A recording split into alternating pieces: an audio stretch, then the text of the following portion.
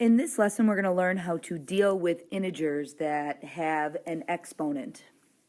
So let's just quickly review a basic number to an exponent. If you're looking at 3 to the 4th, we know that our base number tells us the number that we are multiplying repeatedly, and the exponent tells us how many times to multiply the base number. So if I'm looking at 3 to the 4th, I'm taking the number 3 and I'm multiplying it 4 times. So it equals 3 times 3 times 3 times 3. I took the number 3, the base number, 4 times. Solving it, 3 times 3 is 9, times 3 times 3. 9 times 3 is 27. 27 times 3 is 81. So 3 to the 4th power equals 81. Just a quick review. Now, I want you to look at the other 3 exponents we have written here and think about how they're all just a little bit different. If you look at the one to the right, the -3 is in parentheses, and then it's to the 4th power. If you look at the bottom left, there's no parentheses there. So you're looking at -3 to the 4th power. The one on the bottom right is exactly the same as the one on the bottom left. These two are the same thing. They're the same because you have the parentheses around the whole exponent, so nothing will change. So let's start with the one on the top right.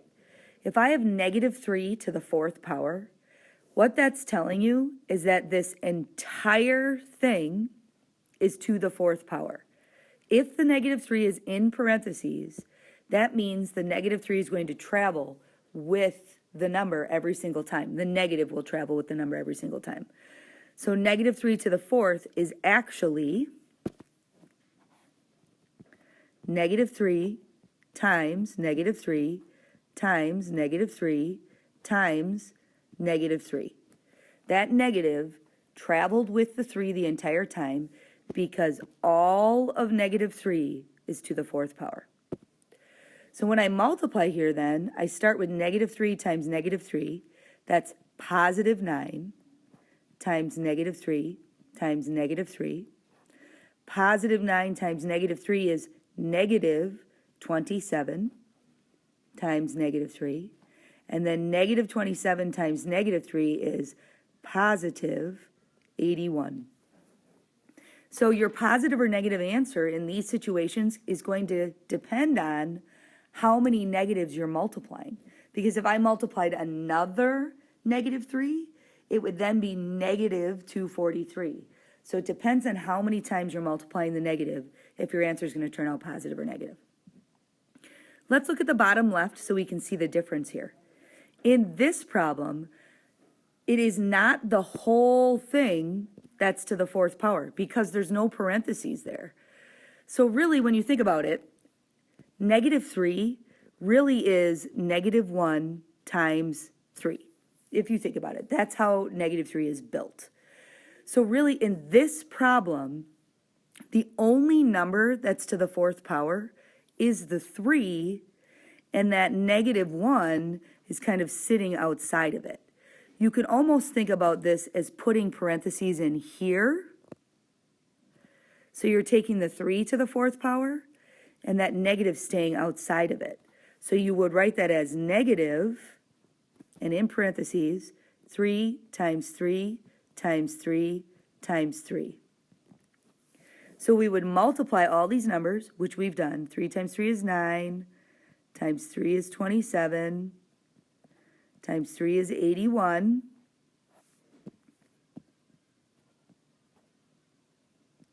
But because the parentheses are around it, and that negative is outside of it, the real answer is -81.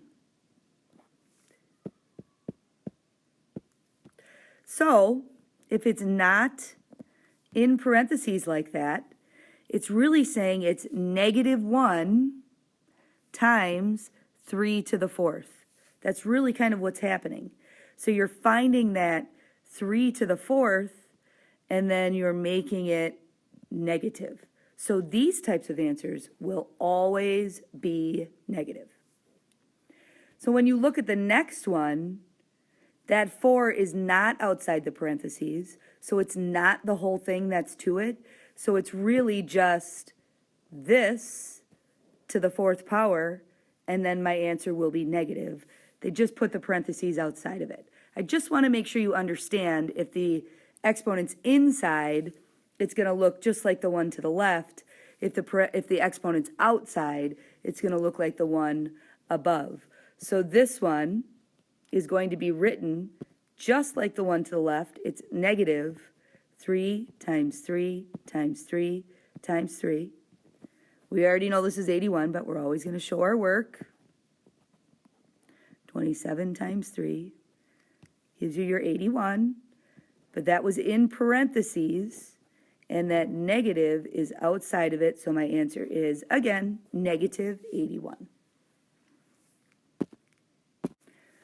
So when you're solving these problems, what you want to do is you want to ask yourself, is both the negative and the number to the exponent, or is it just the number that's to the exponent? The only way both of them can be to the exponent is if the problem looks like this problem. If the whole thing is in parentheses and the exponent is outside of that. Okay, let's try some examples. Let's do negative 2 to the 5th. Notice that the negative 2 is in parentheses. Since it's in parentheses, all of the 2's are going to have a negative because the 5, the exponent, is outside of it. It's telling you that this whole thing is to the 5th power. So if I'm going to write this one out, it's going to be negative 2 times negative 2 times negative 2 times negative 2 times negative 2. I know that negative 2 times negative 2 is positive 4. Oops, I had forgotten that negative in that one.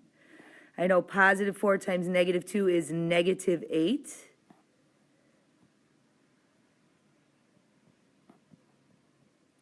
Negative 8 times negative 2 is positive 16.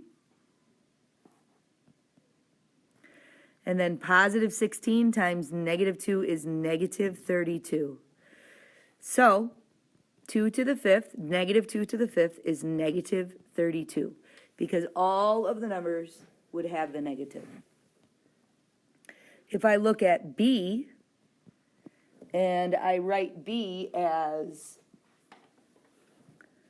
negative 8 to the 2nd power, I need to think about this. This is not in parentheses, so what it's really saying is just the 8 is to the 2nd power, and the answer will be negative. That's what it's telling you. So the way we write these is we say it's going to be negative, and then 8 to the 2nd power is 8 times 8. So it's negative 8 times 8 is 64. You have to think about how the problem's written and what it's asking and what it's going to look like. Now, if we put this into an expression, let's say, for example, I give you negative 5 to the 2nd times 4 and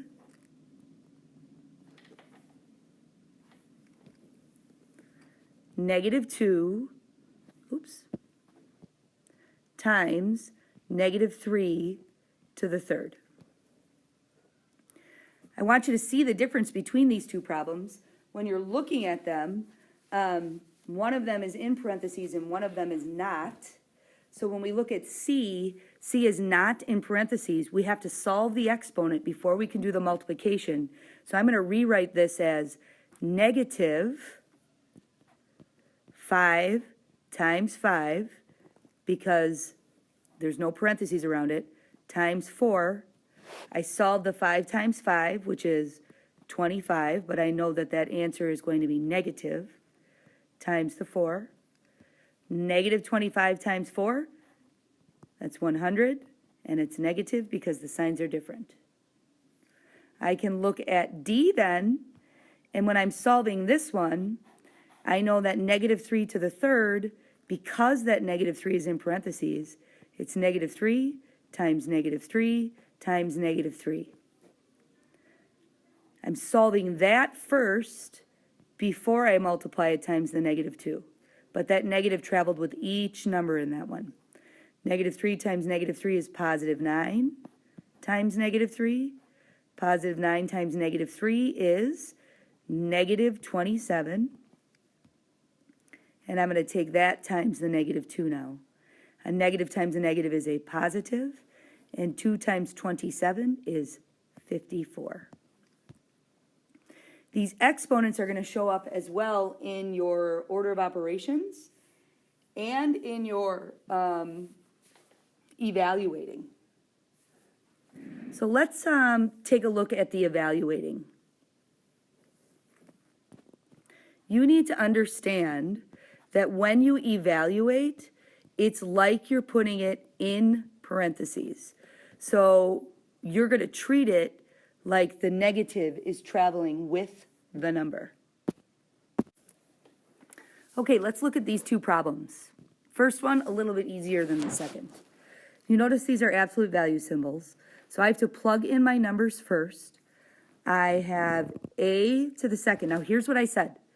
If you are plugging in for a variable, that means it's in parentheses. So a is negative 2. I'm going to write negative 2 in parentheses and put the second outside. So that means in all of these evaluate problems, the negative 2 or the negative will travel with the number each time. And then it's times C. C is negative 8. So I'm going to put it times the negative 8 and keep it in the parentheses. Now, order of operations tells you have to use exponents first. So I'm going to spread this out a little bit. I know that my exponent is negative 2 to the second. So I'm taking negative 2 times negative 2. And then that answer times negative 8. I know that negative 2 times negative 2 is positive 4 times the negative 8. I know that positive 4 times negative 8 is negative 32. But then when I'm done, the absolute value of negative 32 equals positive 32. So the final answer for the absolute value of a squared c is positive 32. Showing my work and the steps each time. You have to do that, otherwise you won't get credit. All right, this next one, a little bit tougher. I'm starting with negative a. Now that's kind of tricky. If a is negative 2, what I'm really plugging in is negative 2. B to the third, remember it'll show up in parentheses, negative 3 to the third minus negative 2 times negative 8. Wow, tricky. Okay, so order of operations, there's a lot of parentheses here. Some of them are separating symbols, some of them are multiplication. Order of operations says we're looking at the exponent first, okay? So I have to solve negative 3 to the third first. So I'm going to keep this negative 2, even though I so badly want to simplify that right now. I'm going to solve negative 3 times negative 3 times negative 3 minus negative 2 times negative 8. Negative 3 times negative 3 times negative 3. Let's solve this in here. That's positive 9. Positive 9 times negative 3 is negative 27. Okay, so I know that equals negative 27. Now let's look at what we have here. In this part of the problem, I'm looking at negative 2. So it's the opposite of a negative. So when you have a negative, it really becomes plus a positive. So negative 2 is actually positive 2 times negative 27 minus negative 2 times negative 8. Okay. Order of operations, multiplication before addition and subtraction. Looking at this, though, can't I solve this and this then, and then deal with the subtraction when I'm done? So I'm going to do that. 2 times negative 27. Signs are different, so it's negative. And then 2 times 27 is 54. Minus negative 2 times negative 8 is positive 16. So negative 54 minus 16. Subtraction problem, do we remember? You take negative 54, same, change, change, right? Keep, change, change. Minus becomes addition. Positive 16 becomes negative 16. And I'm left with adding two numbers with the same sign. If I add negative 54 and negative 16, you add 70 and keep the same sign. Trying very hard not to separate or mix up the rules for adding and subtracting and multiplying and dividing. It might be a good idea to make yourself a big cheat sheet with all 4 of the rules on it together. All right, now we're going to try our homework. Good luck, and ask questions if you have them.